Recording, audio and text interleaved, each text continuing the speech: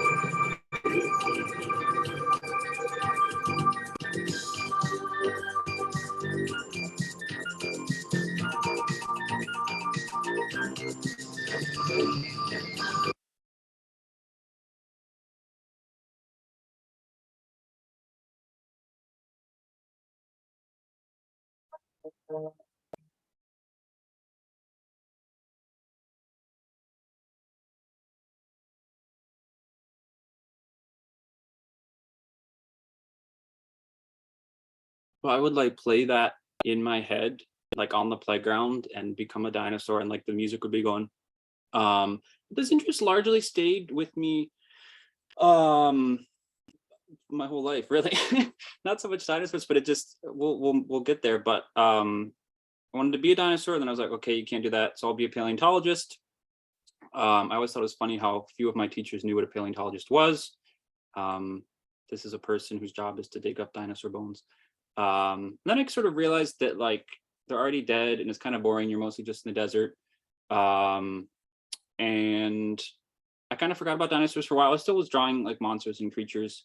I did a lot of short films. I ended up making short films for like 15 years. So storytelling was very important. And then I've eventually sort of found my way back to creatures. But so 1996. So then my parents ask, do you want to move to Africa? And I'm like, yes, Africa sounds great. Let's go. So we moved to Africa. So this is Cameroon. So I have the 2 dates there because we moved there in 1998.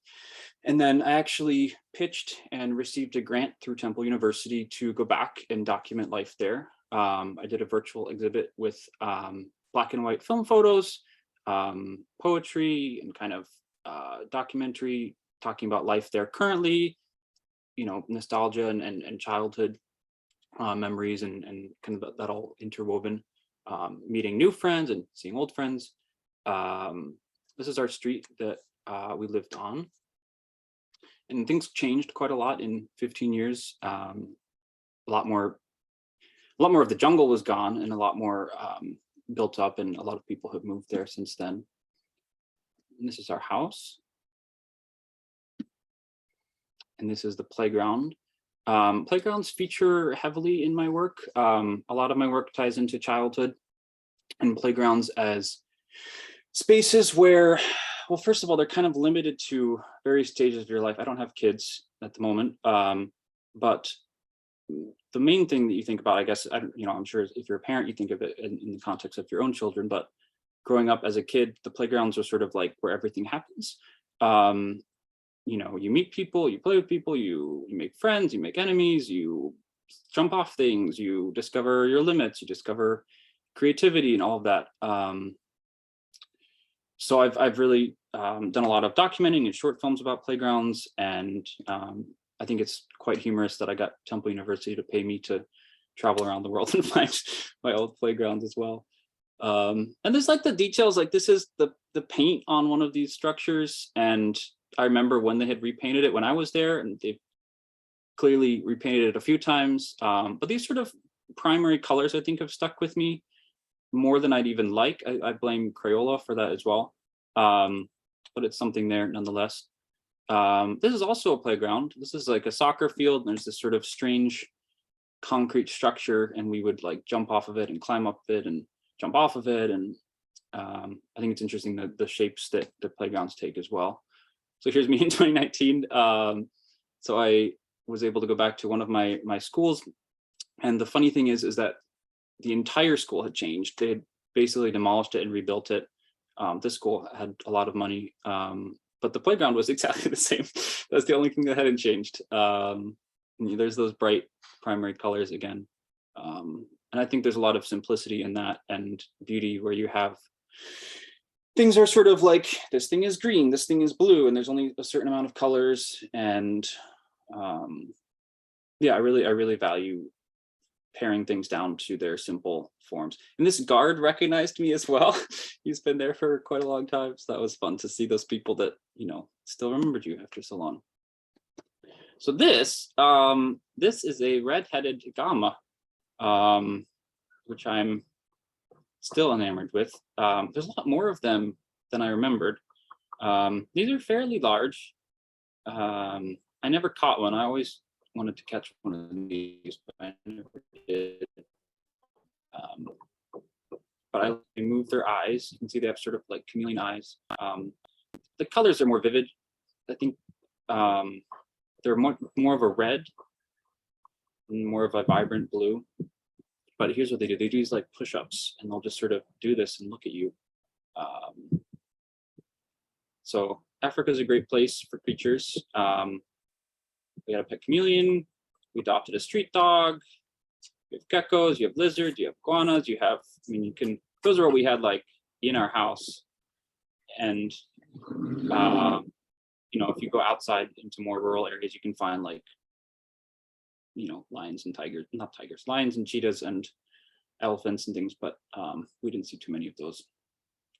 But yeah, but I've always just been really interested and observant and just really fascinated by creatures. So we're getting to like my first works. This is like age 7. And this is a comic that I drew with my friend, James. And this was a very long running comic. We worked on this for like at least a year. And it sort of was a through line for that year of school, maybe a year and a half, maybe 2 years actually. Yeah, 2 years. And I sort of hold on to things. I sort of don't let go of things. I don't know. I find a lot of inspiration and interest in kind of going back to things and either subconsciously or consciously. And then in 2005, so this is 7th grade, we kind of did like a conclusion. So that was fun. We hadn't seen each other in a number of years. We came back and finished the story. And yeah, a lot of it is just, you know, these creatures that sort of appear, and it's not a matter of working too hard. They're sort of already there and you're discovering them. And yeah, and they sort of tell you what they want. So this is a project I would like to turn into like an animated series. So I put some work into thinking about how I could create a simplified design that sort of stays true to the original, and but be able to tell more of a fleshed out story, because the drawings don't really tell you too much of going on. It's a bit abstract. You sort of have to, I mean, the dialogue is like, there's not much dialogue. I don't usually put dialogue on my things. But yeah, the story's still there and I'm still interested in it, and it's still a character that I you know, identify a lot with. He sort of goes on adventures and discovers things, and there's creatures, and the logic, I think it's interesting exploring these stories that are fleshed out from when you're kids, because the logic is very, adults get really hung up on like, how would this work and how would this happen, and like he just like pulls things out of his body. They don't like, he doesn't like carry them, they're just sort of there, and they're sort of just vehicles that are there. And yeah, so one day I hope to make a slime animated series. Cool, so this is my first animation, I think. And yeah, it's very simple, it's very primitive. The music is from Titanic.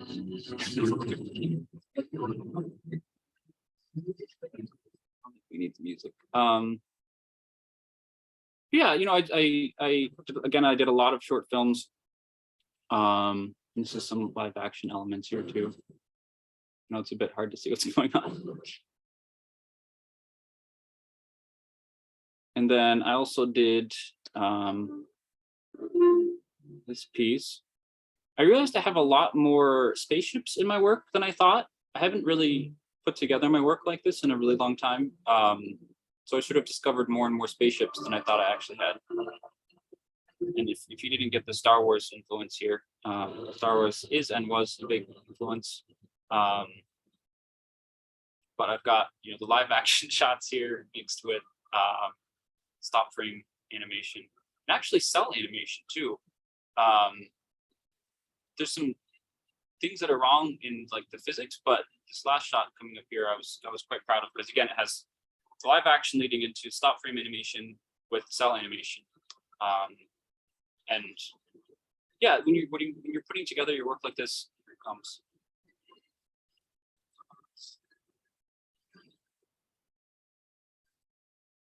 There it is. When you're putting your work together like this, you do start to see those connections that you maybe didn't even think about.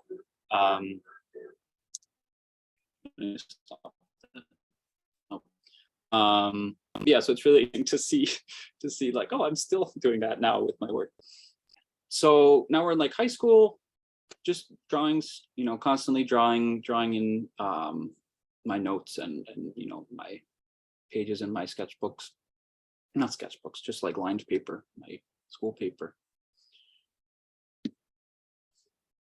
And the piece on the right is a teapot. The assignment was just like make a normal boring teapot.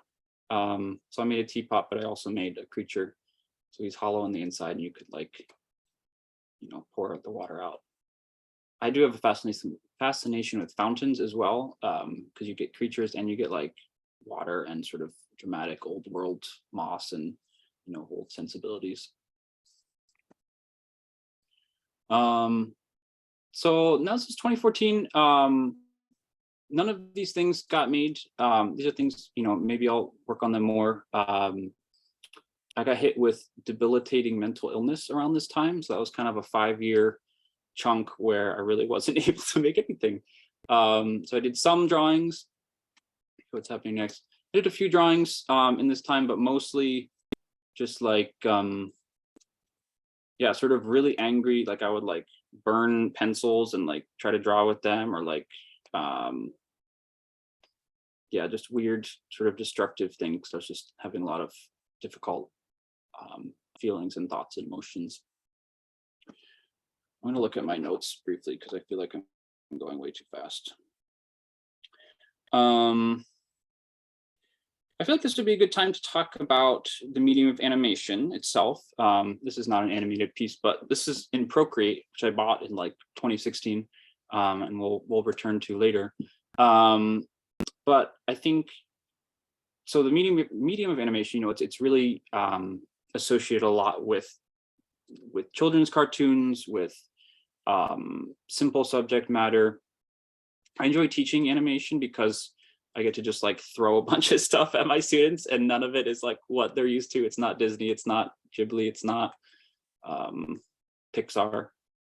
And you know, because it is a medium for telling real stories, and for really, you know, the hand of the artist is in there. You're physically making it or drawing it or moving it.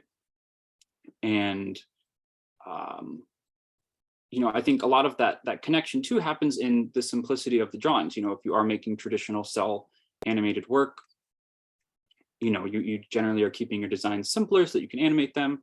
And I think there is that connection to, you know, childhood when you're just childlike drawings, when you are drawing things more simply. But then, you know, the connection kind of goes further in that, you know, being an artist or being an animator, or, you know, you do need to sort of keep, I'm very much a believer that you have to keep that sense of wonder and creativity and that just desire to keep learning and keep making. And like, I think there's just a really strong connection there with keeping your inner child alive. I think that's a weird saying, but keeping that connection to your ideas and just, you know, you need to be able to pull into that. I think it's really important. I started getting back into drawing. I hadn't really been drawing anything for really a serious chunk. I hadn't been making anything. I hadn't been doing anything. I eventually got back into making a few short films. These are just like stream of consciousness drawings, like in like 2 minutes, 3 minutes, just like drawing really quick and discovering these things.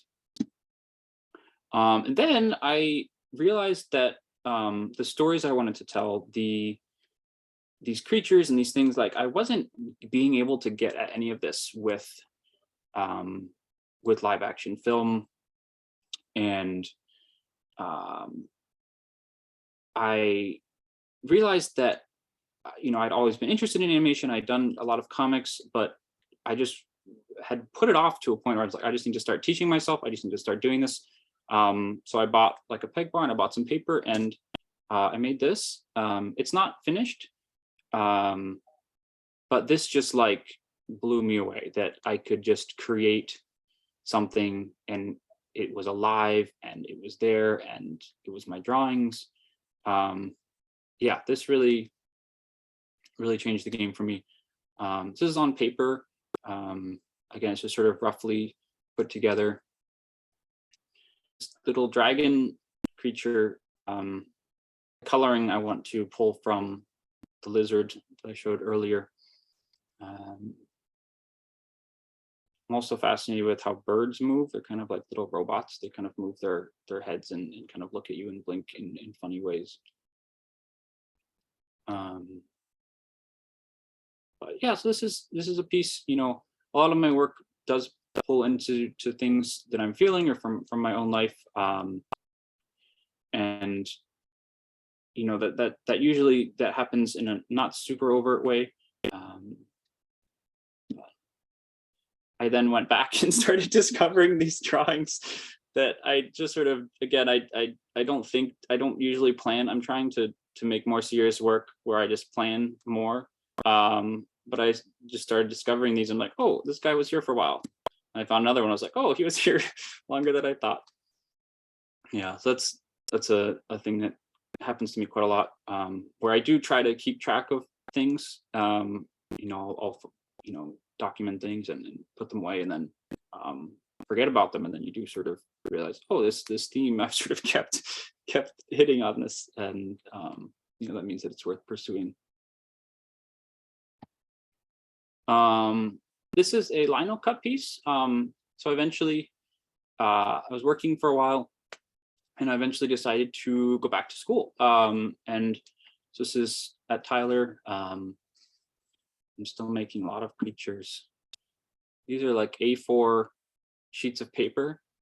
I'm seeing little emojis popping up. That's funny. These are just like A4 pieces of paper. Again, just like no really planning. I just made sure the edges like connected to each other. Because I was just working on one sheet at a time. And yeah, again, I find that just when you start making marks and you start drawing and not worrying about it too much, that it will happen, and the story will sort of unfold for you, and you'll know if it's working or not. And I do always, I went to a traditional art school because Tyler doesn't have an animation program. Again, I'm really almost entirely self-taught. I wanted to go to a traditional art school just because I knew I was really interested in animation, but I wanted to get, a grounding. And also this really solidified for me that I do need to be making animation, because every piece I made, I'd be like, oh, I can't wait till I can make this into an animation, or I can't wait till this is moving, or that sort of thing. This is a sloth that I drew from a dead sloth in an old science museum. And I flipped it upside down, so it's kind of a bit strange because you don't actually see sloths moving like that generally. And yeah, and these are large charcoal drawings. This is a large charcoal drawing. I did a lot of large charcoal work. This is maybe 3 by 4, something like that. So yeah, I really enjoyed the very messy, old quality charcoal. And this is, I haven't really explored this too much. This is vine charcoal animation, stop frame charcoal animation.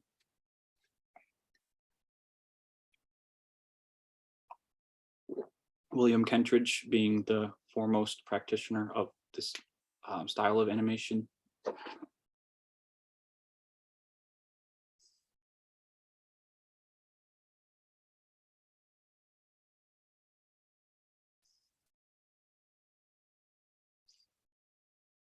It's a lot of fun to make because the results are very instantaneous, right? So you just, you have your large paper up on the wall and set up your camera, and you just take your frames, move the drawing, take a frame, move the drawing. If you've never tried it, it's, it's drawing and then erasing So you're working on one piece of paper and just changing the drawing. And you can start to get some interesting textures in the quality of the paper as you sort of erode it. A lot of my work, I've realized too, is just me. I don't know if it would be like reinventing the wheel, but I'll like know of a process generally or vaguely, or invent it again myself. And then I'll just want to try it myself. So this is my go. I've always been fascinated by movies and traditional special effects and that sort of thing. So this is a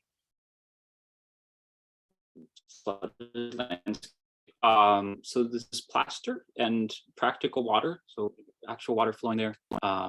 You can see there's sort of a waterfall in the back. It didn't really work too well like I was anticipating. But yeah, like I really enjoy making and trying to explore these techniques.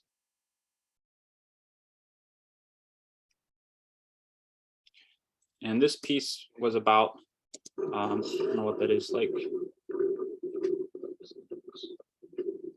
this is like, I don't know, you can see the scale there. It's like 3 feet by 3 feet, something like that. 3 feet by 2 feet. I had sort of buckets set up, and this fan is like balanced there to give the water motion, and I dyed the water. And this was when I was like really killing myself in art school. I stayed up consecutively all night for like 3 or 4 nights to do this one. Yeah. And I think it's always interesting. I'm much happier with like my original little thumbnail there on the top left. I didn't quite get there, and my original idea was, of course, way more ambitious. I wanted to have some sort of creature in there and moving in.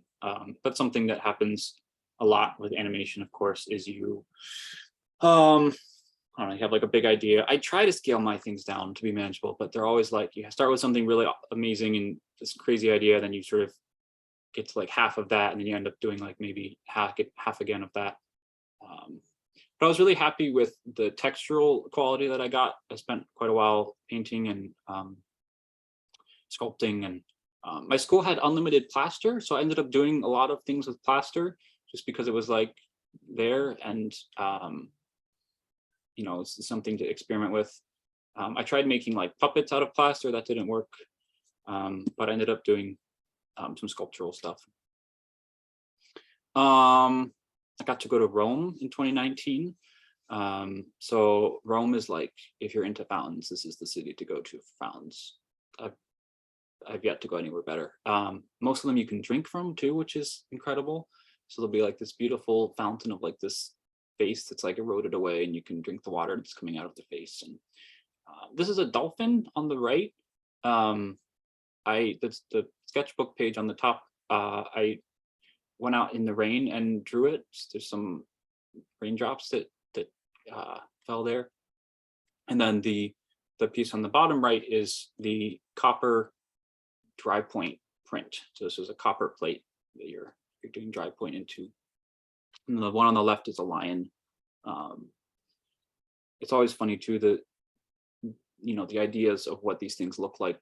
The artists are sculpting them, they've never seen one, they've just seen drawings of people that maybe saw one or heard what it looks like. And so you sort of get these like, it's like that telephone game that you play and things sort of get distorted. So this is another print. Got the original sketch, and then on the bottom left, a what is that? A monoprint with woodcut, and then on the right is the finished piece. It's I kind of over inked it, so it kind of bled together, but it's I just forget these process names. It's a reductive multi-plate woodcut. So there's 2 plates. One is the background, and the other one is like you print it and you carve way more, and then you print again and you carve way more. So you're sort of printing and carving at the same time. And it's, yeah, you can't make any mistakes because then you're just like, you can't go back. But again, like these are like pieces for school for various classes, and a eventually I want to, make an animated film. So it's like this giant bug thing that goes around in the forest and collects corpses, and I'm not sure what it does with it. It's very dark. Most of my work doesn't get too dark. I actually want to get back to darker stuff. A lot of it sort of tends to the more whimsical. I don't know, the printmaking medium made me dark. Maybe it was the professor I had.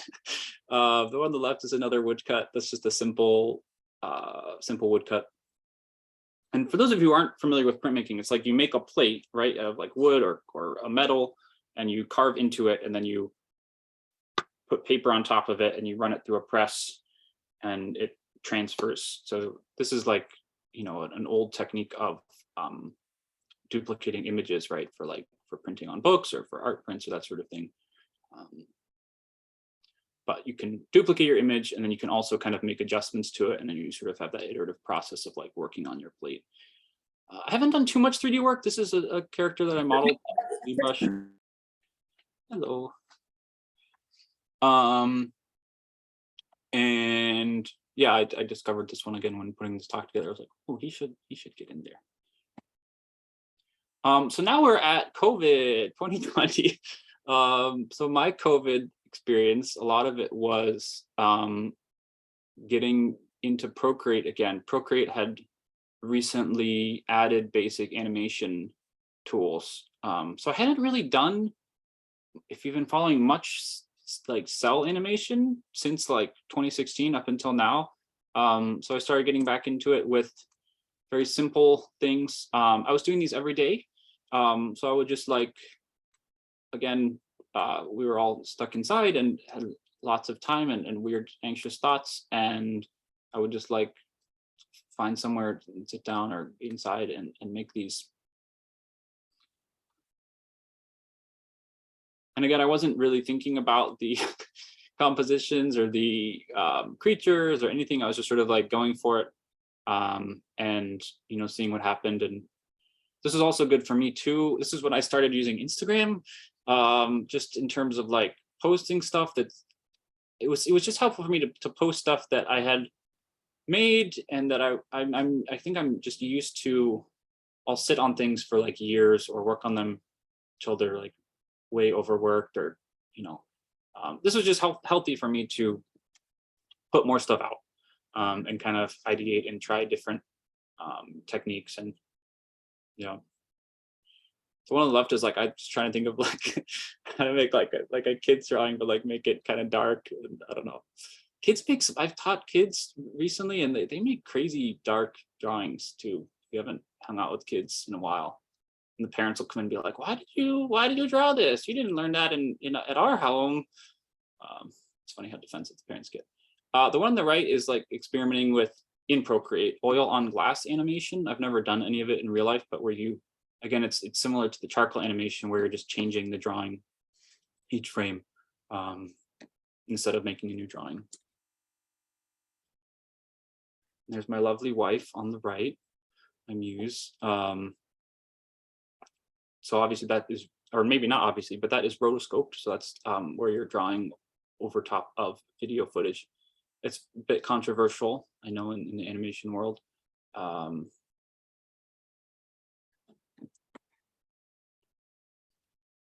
Little slime characters sort of appeared there on the left.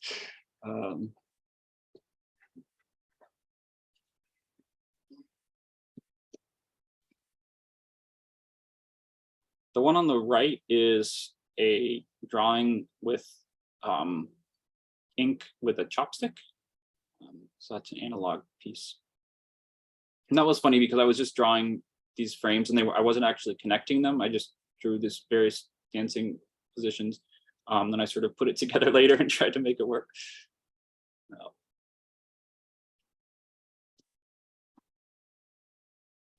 And again, these were very quick, once a day.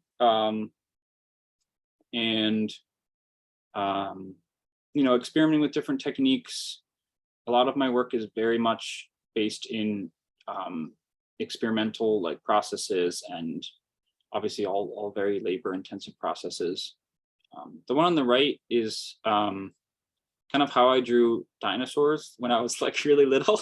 They didn't have any legs, they're just like teeth and like an eye. It's like eating these little people. The one on the left, I think I was feeling pretty tired when I drew that one.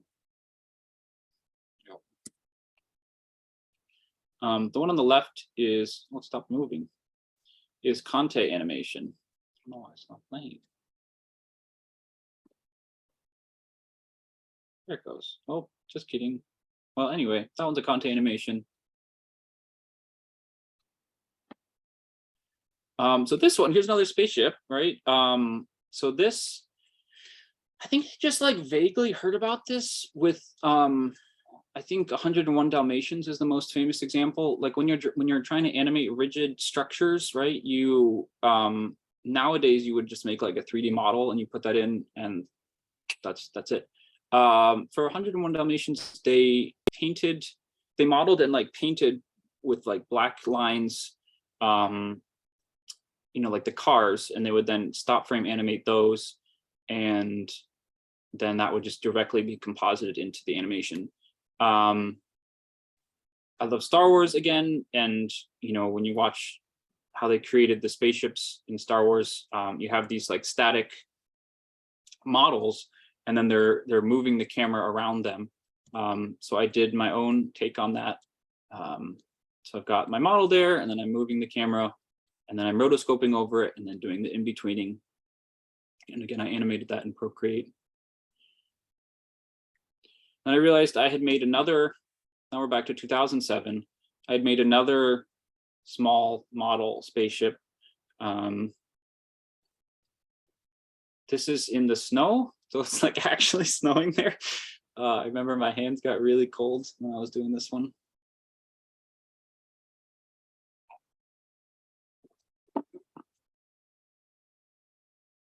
Here's the animated part. Oh, the compression's really hard to see what's going on.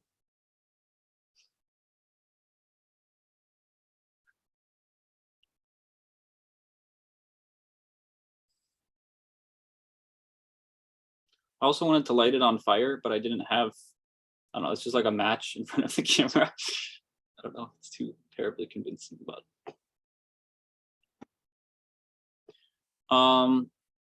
Now we're back to 2020.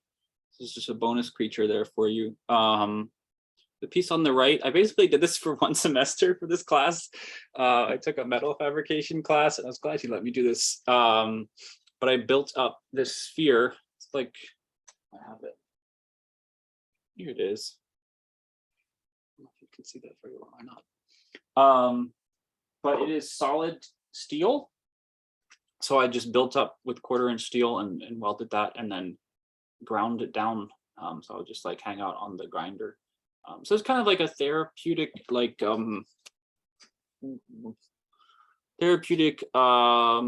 peaceful, meditative quality to that. But it directly equates to animation for me, and just that you build up things very, very slowly, inch by inch, in these processes. I forgot to include, I did a lot of like sculptural stuff with, well, I was trying to limit it to animation and creatures. But the welding bits sort of, you know, become very strange shapes. They look like people almost when you're photographing them very close up. Yeah. But yeah, that Studio Tech was confused is what I was doing with that. So this is my thesis. So why is it not playing? Is it playing for you guys or no? It played at the beginning, but It's not maybe. playing. That's weird. Oh, it's playing. I'm going to. I'm going to stop sharing for a second here. I need to find that. Why would it not play?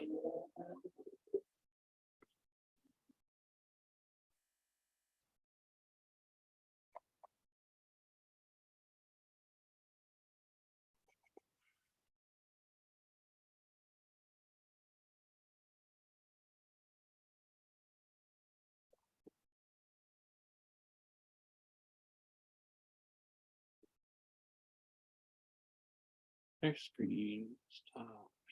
Share.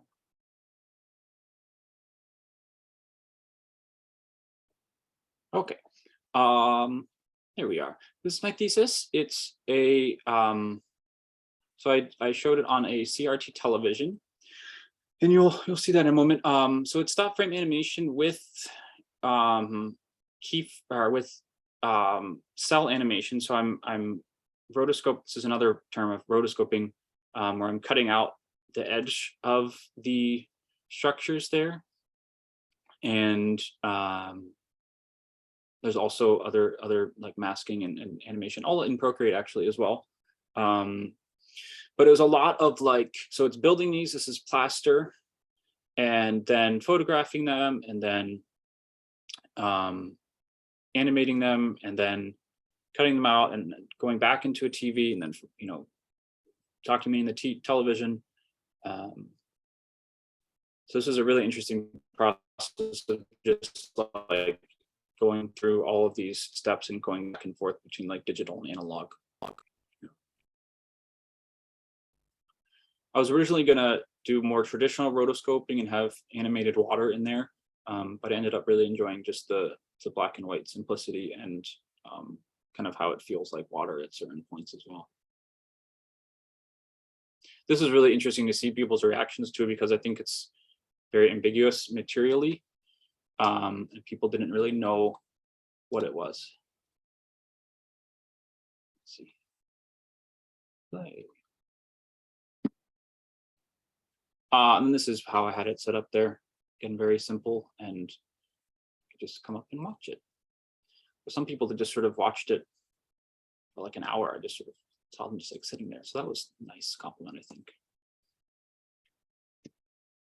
And then this is, yeah, just gives you an idea of what I cut away and sort of animated through the cutting process largely.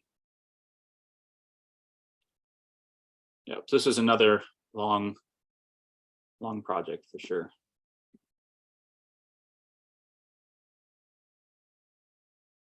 And again, like it would have been easier, of course, if I had put up like a green screen and like cheated out through that. But I think the process of like cutting it, you get a really interesting texture in the lines and in how it moves.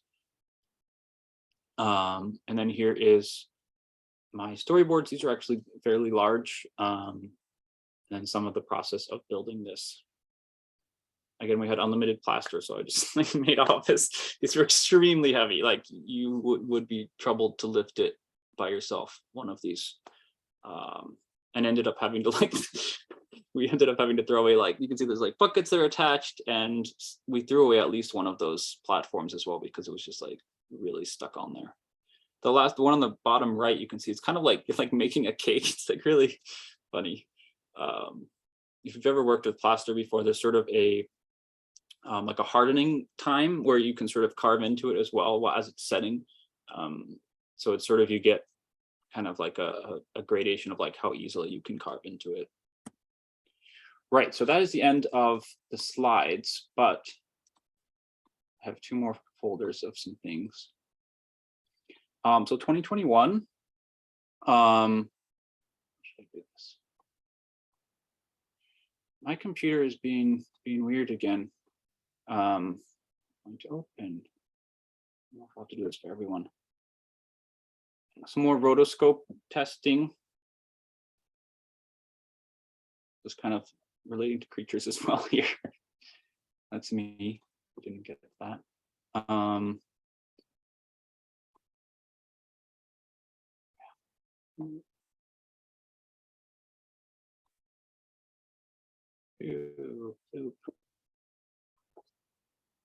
This was in Procreate.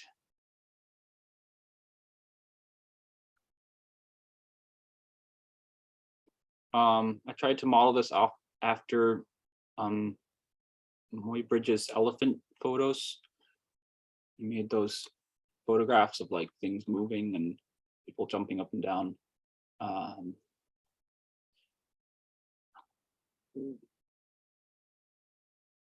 This one, I'm quite happy with how it turned out. It's pretty simple, but it is they're like tiny little drawings. So the noise is actually the grain of the paper, just like normal A4 paper. Again, just sort of abstract. These ended up looking like Rorschach type things.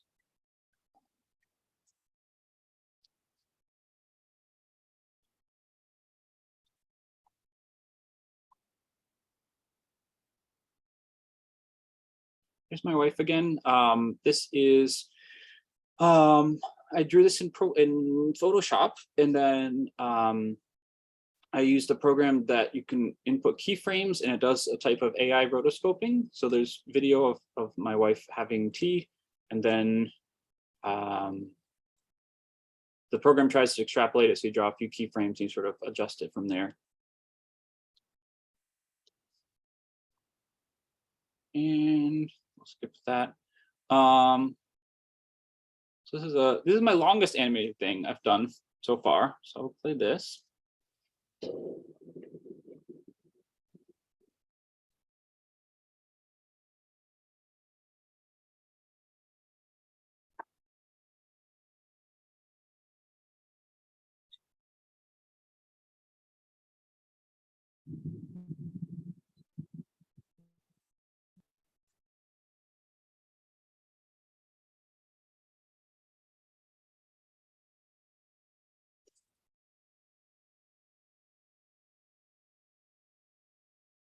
We've got the AI rotoscoping with cell animation.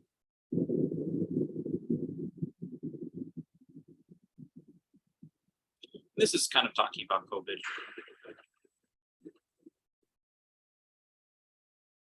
A lot of things turned into COVID pieces, whether I wanted them to or not.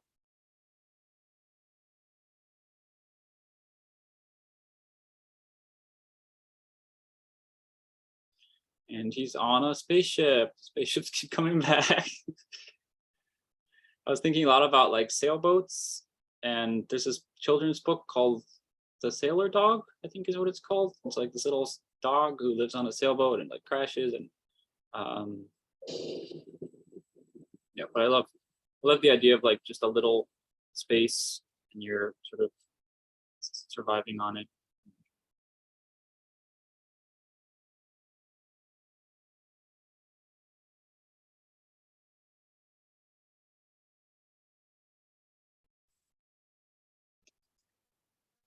And what else do you have in here? Oh, so here's some production images. Again, like half of these shots got cut to just sort of, I don't know, I just sort of ran out of steam on this project. I'm starting to slowly build up more, my projects are getting longer and more completed. I'm getting there. But I really spent a lot of time designing. I originally was thinking more about like ancient ships, like Asian ships that have these really beautiful like masts and things. I'm sleeping on the floor. It's not super obvious in there, but there's a large part of my life for like 6 or 7 years where I just slept on the floor, kind of for a few reasons.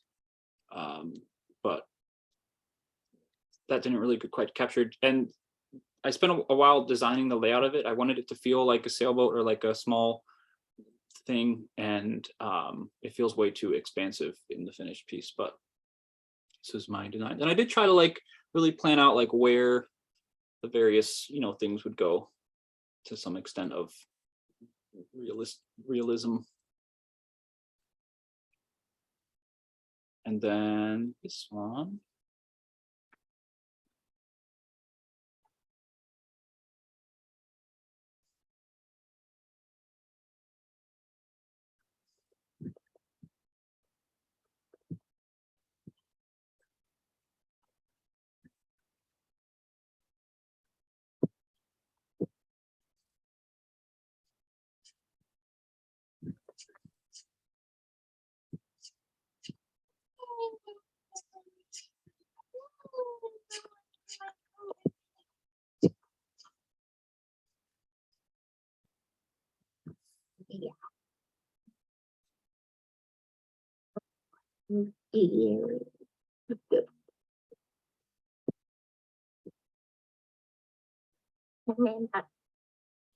So this was like my first attempt at, my wife did the sound effects too for that. My first attempt at, I'm just gonna pull up like a still frame. It's got claymation, pixelation, and then the like paper stop frame stuff. So I hadn't actually ever done any of that stuff. So I was taking an experimental animation class. This is the only animation class I ever got to take. But I did find one, and yeah, so it was fun like working with all these different materials. I do want to try more with clay, something bigger and grander. But this was a lot of fun creating these. Again, we had a very small apartment at the time. Here's my wife again, and here's our small apartment. So we just put up this green screen. Yep, and photographed that.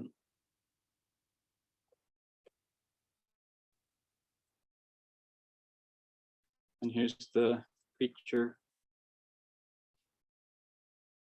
It's funny, like people are like, is that a cow? Is it like a dinosaur? Is it like a, it is what it is. You notice I always call them creatures. I think a lot of you they're like monsters or things. I don't think of them as monsters. I mean, there's a lot of reasons for that. I think a good example is like Frankenstein's monster. The book never actually calls it a monster. It's a creature. It's also not Frankenstein. People also mix that up too. But the creature in Frankenstein is just, it's a creature. It's a thing that was, made, and it's there. Yeah, and then so now we're caught up. And let's see, we have just a few more things to look at. I experimented with trying to layer paper together. So this is it's cell animation with layered paper on a light box. I was teaching middle schoolers how to animate on analog techniques. My registration ended up being problematic. It's not really supposed to be wobbling that much. But I was trying to think of like really efficient ways for them to composite analog in a condensed time period. So this was kind of a demo piece for that. Here's a little bit about how I planned that out as well. So again, you have those layered. I'm drawing on both sides of the paper. And here I'm trying to plan out which layer things are going to be on and what's going to be animated. Ruined structures and it's kind of overgrown things are another big interest of mine. And so this piece, this I actually did with actual cells. This is my first time doing this. I just kind of have always wanted to try it. And I was teaching again analog animation, so I really wanted to have something where I had really tried to explore this process. So I bought like overhead transparencies, and I ended up inking with a China marker. So not ink, but a China marker, which is like wax. And then there's acrylic paint on the back side of the transparency. And there's a second transparency for the ground plane, and then there's the background. So 3 layers total. It's only 12 frames, but this took a really long time to do. So that's part of these experiments, is I'm trying to find processes that I really love and that I can take for longer form stuff. Here you can see those layered together. And there's a piece of glass on top. Shooting on glass was also really tricky, just to not get reflections. But you've got the rough animation, right? And then you've got the cleaned up frames, and then you've got the painted frames.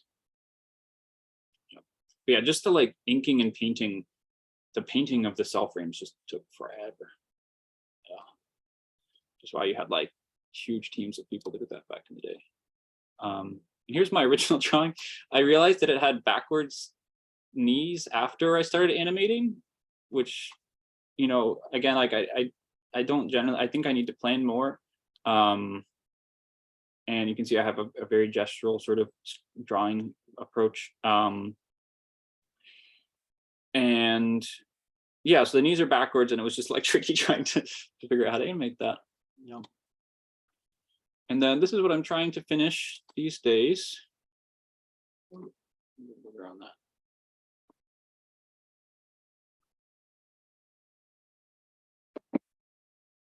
So it's going to be like the memoirs of this Squid King.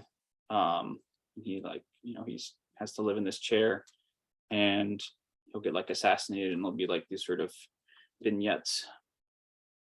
But that I had a lot of.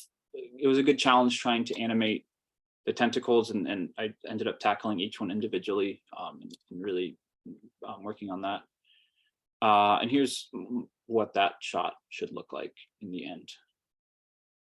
Yeah. And that's the end of the presentation. Amazing. Thank you so much.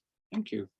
Does anyone have any questions? Like, I know I have a couple thoughts, but like, please feel free to unmute and ask away.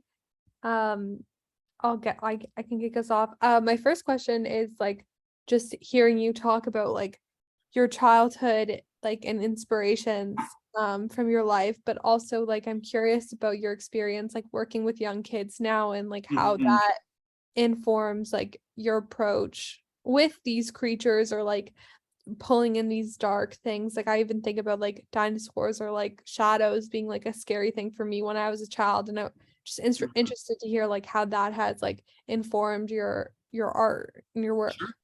Yeah, that's a great question. Teaching kids. Well, I think first of all, like kids are like way more able to handle scary, dark things than people think they are generally. I think that's the first thing. Because like if you see, every kid's different, of course, but kids are always wanting to have experiences that sort of shock them or inspire them, or kids are way more, aware and able to process that stuff than we think. I think that's one of the first things.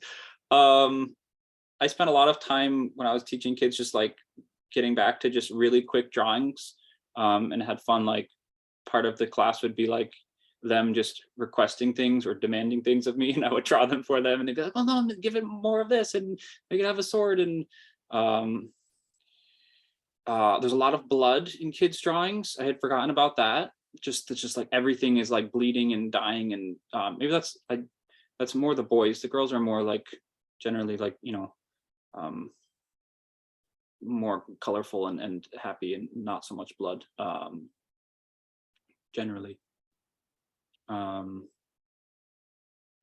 not sure if I answered your question, but it's been fun, like just seeing what kids are drawing now, and a lot of it is very, very influenced by pop culture. Squid Game and whatever book they read. My Life. No, what is that? Like Cat Dog, or I don't know. Like I don't know these things, so they'll tell me. I'll know them through them. Yeah. Amazing. Or not. Amazing. And then my other question was like the worlds that you build, like especially like for your thesis, and like I'm just interested as well, like the choice of like building something so like 3D and working like stop motion, and then you had display it through like the TV. I thought that was a really interesting like design choice. Like and like what have you done like with the sets that you have? Like was that like the sole use, or like do you still use those, or like you know what I mean? Yeah, we threw them away. Yeah, I do a lot of making things and throwing them away. But yeah, I mean it's like I really think there's a lot of value and weight when you do build things, and then I think just having it transfer back and forth between physical and digital, analog and digital. I did notice that I had friends who would come and see it, when I was there, and they'd be like, the next thing they would want to see is the real thing. So there was definitely like that, like, oh, that's really cool. Now I want to see the real things. So I thought that was interesting. But it goes back to like ultimately all of your work generally is just like 2D digital image. Most people don't ever see your work in person. Yeah. Thank you. I know we're winding down. It's getting late as well, but does anyone else have any questions? I know they're